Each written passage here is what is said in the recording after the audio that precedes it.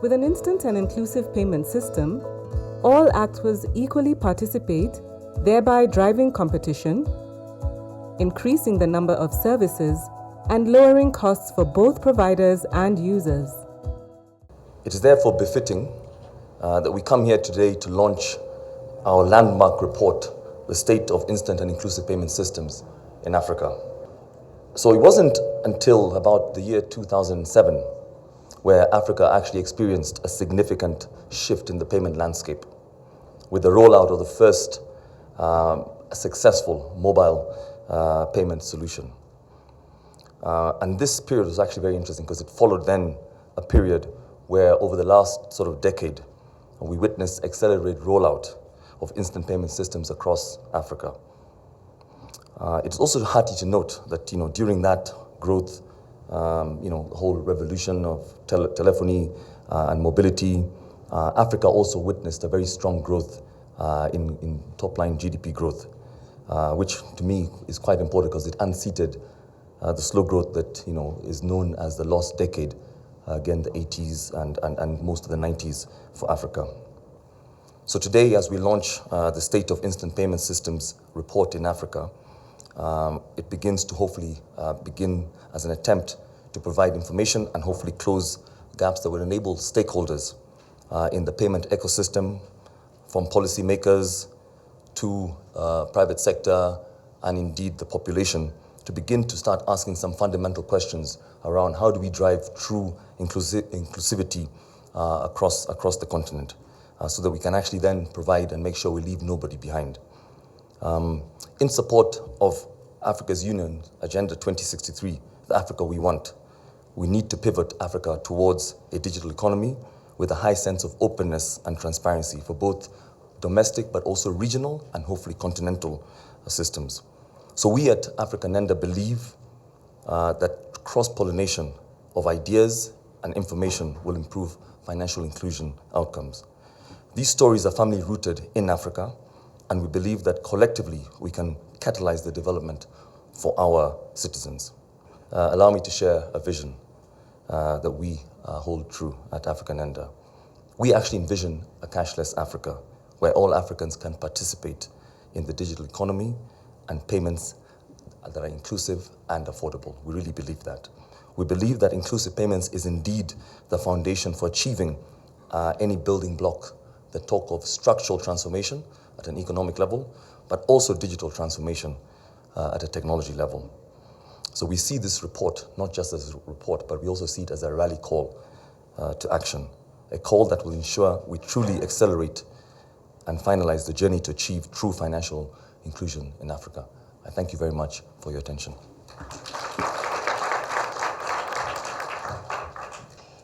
On behalf of Mr. Antonio Pedros, Acting Executive Secretary of United Nations Economic Commission for Africa, it is a great honor and a privilege to me to attend this lunch. It is very important for me because me also, Rwanda is my second home.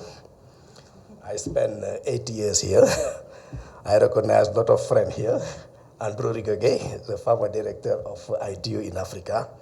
And as a friend, we start a lot of journey for the ICT development in the country. Now we are proud to see Rwanda is a model for African country, also across the world. Let me come back to the report. I think this report is the first kind of report on the landscape of open loop instant payment system in the continent that show the extent to which this system is inclusive, especially for lower and no income consumer. The importance of the report also, the report is comprised of study conducted on several African countries with a recommendation from consumer and also expert. And this report is timely as most African countries are working now to digitalize their service under the digital transformation, Africa Digital Transformation Strategy. As you know, this Africa Digital Transformation Strategy 2020-2030, developed by African Union, ECA, ITU, and other partners, His objective is to accelerate the digital transformation in the continent. And ECA is a key actor for the implementation of the digital transformation in the continent. Reason why we have set up this digital center of excellence on digital ID, digital trade, and digital economy. And one component is digital payment. Instant payment systems are critical for the growth for SMEs, trade, e-commerce, and for the participation of the informal sector to the formal trade.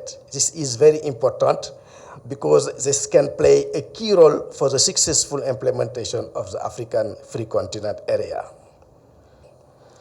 In making this reality, ECA will continue to work with all African member states on inclusive governance to support the cross-border payment system that enables the African free trade area participation. We'll continue also to reaffirm also our commitment to partnership with AfricaNenda and other stakeholders to ensure that instant and inclusive payment reality, interoperable payment system across the continent become a reality for the benefits for all African population. But it's an honor to have Mrs. Claire Arkamanzi here, and we'll give her the opportunity for some opening remarks, after which we'll start sharing a little bit about the report. Claire? I'm very pleased to join all the CEOs and all the team and management from AfricaNenda this afternoon. It's indeed an honor and a pleasure to participate in this report launch of the State of Instant and Inclusive Payment Systems Agenda 2022. Which is launched by AfricaNenda to discuss ways of accelerating instant and inclusive payment systems in Africa. I would also like to acknowledge the work done by AfricaNenda across Africa through the critical pre-project planning support to expand the broader pipeline of fundable, instant and inclusive payment systems projects on the continent. The report that we'll launch today recognizes the strides Africa has made in instant payments, which are now widely accessible, and highlights the path to scale this impact even further through the following ways. Inclusive governance, which provides open access for all licensed payment system platforms to share payment infrastructures. Second, inclusive functionality that incorporates designs to provide a compelling value proposition for all use cases relevant to end users within the digital payment ecosystem. And of course, greater data transparency among existing players is also very important. Distinguished ladies and gentlemen, with COVID-19, like all other economies in the world, Rwanda's economy contracted by 3.4%. Most of the sectors were affected, as you all know, except the ICT sector, which grew by 29% in 2020. And the reason for that is that people relied on digital payments as a mechanism to constrain the pandemic. And I must confess, I was one of those who for a long time took so long to have a Momo account. I kept postponing because there were always ways around getting cash or getting somebody to do something for you. And then I had no choice but to get a Momo account. And since then, I cannot say that I've touched Rwandan franc cash, at least for the last 2.5 years. If you asked me the color of 1,000 note or 5,000, honestly, I've forgotten. I don't remember. I don't remember what color our cash looks like now. But over the last 2 years, the use of digital payment system has increased significantly in mobile banking, mobile payments, payment cards, as well as internet banking. And we've seen numbers grow to really back this growth that we've seen at the GDP level. We've seen that just in 1 year, 2021 and 2022, mobile banking subscribers in Rwanda have increased by 8% in just 1 year between the last year and this year. We've also seen that the number of agents providing banking services also increased by 33%. And all these numbers show that there's still a lot of untapped potential, which is really what we want to bring to the fore in the work that AfricaNenda does, but also in our own financial inclusion targets as a country. On the work that we do as RDB, the Rwanda Development Board, on financial inclusion, our goal is to continuously make Rwanda an attractive destination for investments, particularly even for fintech, which has become a top priority. It is for the first time in the investment code that we enacted 1 year ago that fintech is particularly mentioned in the investment code, because that is a priority sector for us today. And we are encouraging disruption. We want to see new models that bring better, more creative ways to increase employment, but also bring a greener future. And we will support those disruptions with all the incentives that the investment code provides, including serious tax reductions. In fintech, for example, we give 50% reduction on corporate income tax, which is 15% from 50%. We've had the privilege as the government of Rwanda to work very closely with AfricaNenda team, especially as we, launched our Rwanda National Digital Payment System, but also even as we're looking at the different use cases that we're talking about, Sabine, all the way from P2P, P2B, G2P. And with our recent collaboration, we're able to launch eCash, which is really around P2P payments with the mobile wallets between MTN and Airtel, who are two leading operators. And today we're already thinking about how we onboard banks, so that it's not just from wallet to wallet, you're also thinking about wallet to bank and vice versa. And what is also interesting is with the work that we're doing with AfricaNenda is a complementary effort that we're doing with the MasterCard Foundation, which is around evidence-based, data-driven policy making. And with that, the issue of cross-border trade that we're talking about, today, yes, I can send money to anyone in the region, but that is mostly around the P2P segment. When it comes to merchant payments, then it's a different story. And so sitting with central bank, institutions and the operators, and how do we really unlock this? Because we can't we can't fully recognize the promises and potential of the CFTA if we're not unlocking payments, which are really at the heart of what it will take to trade across borders. Now, I realize Claire may have already mentioned in her opening remarks what happened as we went through the COVID-19 pandemic and really the 10 times growth of digital payment transactions. And I think this was one of our silver linings as we went through the pandemic, because there was accelerated adoption of digital payments, but very quickly we also realized that there were gaps that need to be fixed. We realized that some of the policies and regulations that we put in place are not a one-size-fits-all. And I'll just share with you an example to put some context to this. I remember when the very first 6 months, we worked with the operators and banks and said, can you waiver all the transaction costs?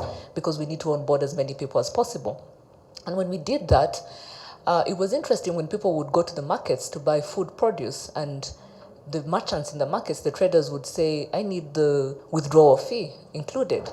And so we were baffled because we've removed transaction costs, but the traders keep on asking for that withdrawal cost to be added to the cost of the produce or whatever you're buying. And so we had a team that went out actually to understand, was it just resistance to this new way of doing things, or there was something else that we needed to really understand deeply?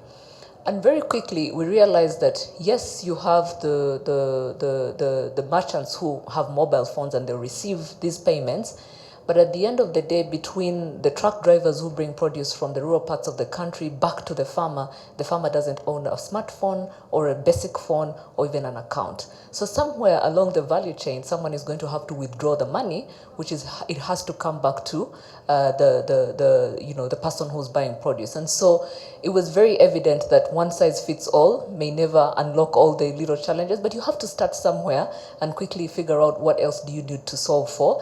And that's why we launched this evidence-based policy-making program with MasterCard that is focused on different sectors, agriculture, retail, trade, and education, so that we can understand those nuances and what do we need to do differently for those different sectors. But just to reaffirm our commitment as the government of Rwanda, not just to unlock cashless and digital payments for Rwanda, but to think about it in a regional perspective, but also for the continent, and really being able to share lessons from everything that we'll be able to pilot as a proof of concept country. Thank you very much.